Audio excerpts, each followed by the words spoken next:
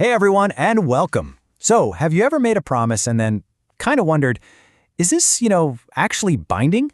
Today, we're going to dive into something that shapes our lives way more than we think: contracts.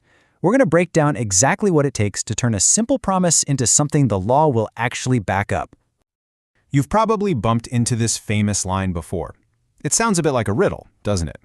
All contracts are agreements, but not all agreements are contracts. Stick with me, because by the end of this, you'll know exactly what that means. It's the big puzzle we're going to solve together today. So what is it? What's that secret sauce, that magic ingredient that takes a casual handshake and turns it into a deal that's legally rock solid? That's the huge question we're tackling, and it really all boils down to a few essential building blocks. All right, let's get right into it. To crack this puzzle, we have to really understand our two main players here. We're going to start by putting agreement and contract side by side to see what truly sets them apart.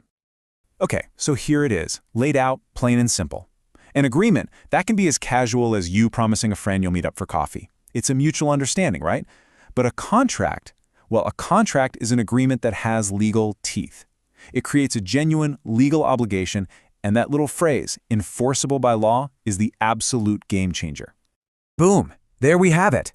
A valid proposal clicks together with a valid acceptance, and together they form an agreement. We've officially built the first stage. So we've got our agreement. We're done, right? Well, not quite. This is where a lot of people get tripped up. Having an agreement is absolutely necessary, but it's not always enough. We're still missing a few really important pieces of the puzzle. I want you to think of our agreement, the offer plus the acceptance, as the wooden frame of a house. It's got the right shape, sure, but it's not strong enough to stand up on its own. To make it a legally solid structure, we need to add the foundation. And that foundation is built from a few more essential ingredients. And here they are. These are the 4 ingredients that elevate a simple agreement into a powerhouse contract. First up, consideration. Both sides have to give something of value. Then, capacity.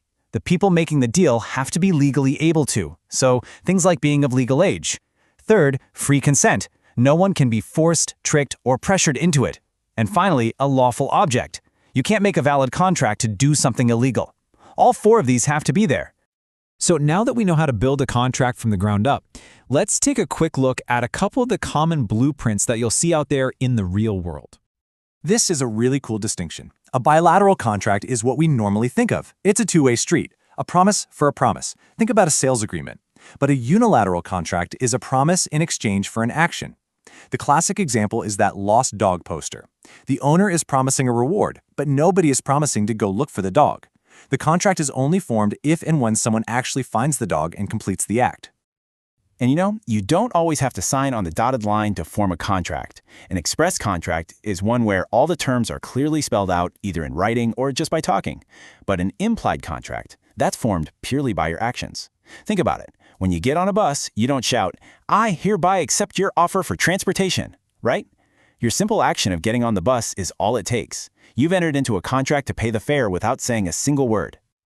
And this brings us right back to our central idea. A simple handshake? That's an agreement.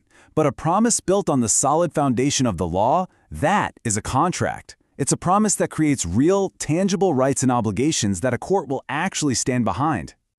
So I'm going to leave you with this question to chew on. Think about the last deal you made.